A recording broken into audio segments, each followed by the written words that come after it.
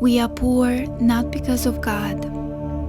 We are poor because Father has never developed a desire to become rich.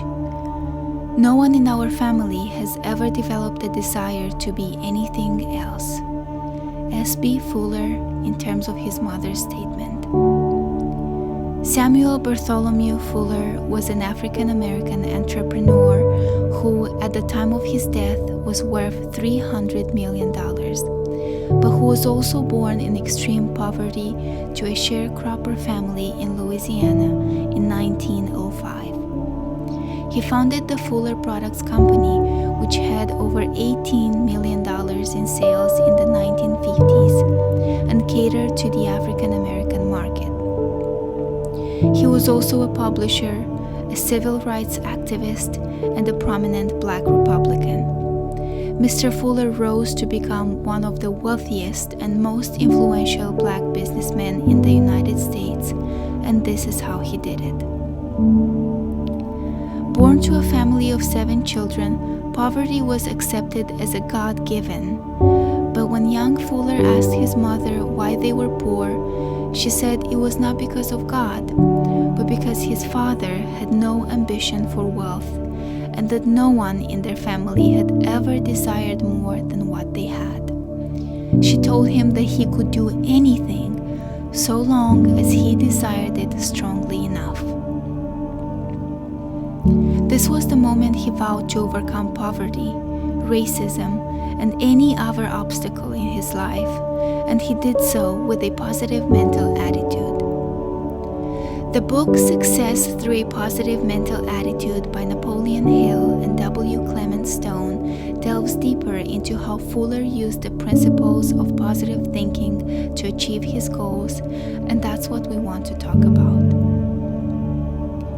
To fully grasp just what an impact positive thinking had on him, it is important to understand how far Fuller has come, not just from his origins, but also from his ascension to success.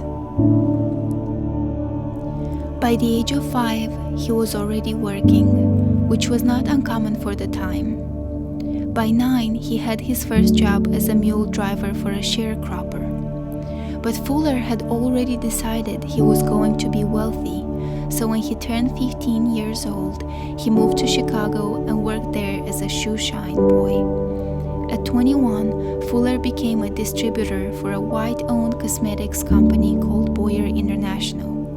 The quickest way to earn money was to sell something, he thought, so once he saved enough, Fuller bought a load of soap from Boyer International and started his own business, selling soap door to door, learning the secrets of the business, and building a loyal customer base among the Black community.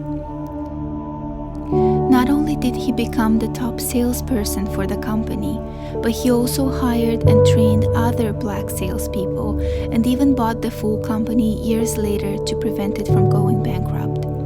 At the age of 33, he founded the Fuller Products Company, which became one of the largest Black-owned businesses in the United States. He offered quality products at affordable prices and created jobs and opportunities for thousands of Black people. When he turned 50, Fuller became a civil rights activist and a prominent Black Republican. He supported the causes of racial equality and economic empowerment and donated money and time to various organizations and charities. He mentored and inspired countless young Black entrepreneurs, receiving numerous awards and honors for his lifelong achievements. Now let's delve into the positive thinking aspects of Fuller's life. He developed a positive mental attitude early on, led by his mother's inspiring conversations and strong presence. She would not get to see who Fuller became as she passed when he was only 17, but she planted the seed that unlocked the path to reach his potential. The first success principle he used is definiteness of purpose. Fuller had been working since he was 5. Growing up, he already had a clear and definite purpose in life, which was to become rich and help other Black people. This is what drove Fuller to move to Chicago, taking on various jobs and making connections in pursuit of wealth. Applied faith. He believed in himself and his abilities and did not let negative opinions or circumstances discourage him. This is why Fuller started his own household products company, despite being the top salesman in an already successful company offering similar services. He started his business with only a $25 loan, which grew into a multi-million-dollar empire that expanded over different areas of economy, from cosmetics to newspapers, real estate, and much more. Self-discipline. He was persistent and determined. He did not give up on his dreams even when he faced failures and setbacks. Not even the early loss of his mother, the light bearer in his life, stopped him in his tracks. It was his own initiative to start selling soap door to door, and it was his persistence that brought him the success we know him for. Enthusiasm. He was optimistic and hopeful and always looked for the good in every situation. Again, it was his mother who gave him the gift of enthusiasm for the world. Fuller wanted to become rich, and he was enthusiastic about it, ready to jump at any opportunity, not just for himself, but for his community also. Creative vision. He was creative and resourceful, and always found ways to overcome challenges and seize opportunities coming his way. Success Through a Positive Mental Attitude by Napoleon Hill and W. Clement Stone has the perfect example that illustrates Fuller's use of creative thinking. When he learned that Boyer International was going bankrupt, he made the decision to purchase it in secrecy, fearing backlash from the white consumers and competitors, as this was happening during the segregation era. Fuller didn't even have the asking price for the company. In the 12 years he had worked as a door-to-door salesman, he had saved $25,000, but they were asking for $150,000. This did not discourage him. On the contrary, he made the decision he would find the rest of the money, and so he did. During the years he worked for Boyer International, he didn't just save money, he also gained the respect and favors of many businessmen, so he found himself with another $115,000 very soon. Fuller now only needed an extra $10,000 to close the deal, and he had until midnight. This is where he had to make use of the principle of applied faith along his creative vision. As the story tells, it was 11 p.m., and the only thing standing between him and Boyer International was the $10,000 he was missing. Fuller prayed, and he promised himself he would keep walking down the street until he finds a light on. He would go in and ask for the money. After several blocks, he finally found the lights on in a contractor's office who happened to work late.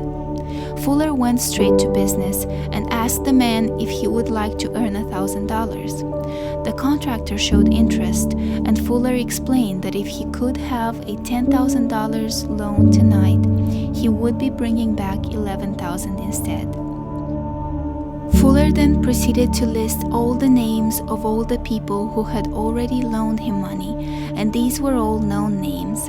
Of course, Fuller walked out with a $10,000 check in his pocket. Fuller employed the principle of creative vision all throughout his life, making him worth $300 million at the time of his death, and much more in terms of resources he left behind to inspire countless young entrepreneurs. And of course, going the extra mile. He was a generous and compassionate man and consistently shared his wealth and wisdom with others. Not only did he become top salesman at Boyer International before acquiring it, but he also hired and trained new black salespeople, mentoring them throughout the process. Moreover, his own company, Fuller Products Company, catered primarily to the black community during the segregation era. These are only a few of the 17 principles of success described in Success Through a Positive Mental Attitude. But when employing the law of positive thinking, all the other principles jump in and work together by default. We will do a deep dive into these principles according to the book later. Fuller's life story is a testament to the power of a positive mental attitude. He proved that with a positive mindset, hard work, and faith, anyone can overcome adversity and achieve success. As relayed through his mother's words, we are not poor because of the circumstances we are born into, but because of a lack of desire for more. A lack of burning desire, so burning that nothing can put a stop to it except its fulfillment. Join us on this journey of self-discovery and growth as we uncover more successful people with humble beginnings, proving that you too can achieve whatever you set your mind to. But you must know what you want. In Samuel B. Fuller's words, if you know what you want, you are more apt to recognize it when you see it. Have that burning desire to change your circumstances. If things don't align, make them. If you're unhappy with where you are, then you must be in the wrong place. Take Fuller's example and become what you know you're capable of. He wanted to be wealthy and to help other people, and he did so with the help of a positive mental attitude. Find what it is you want, what your heart truly desires, and go after it as it is yours to have.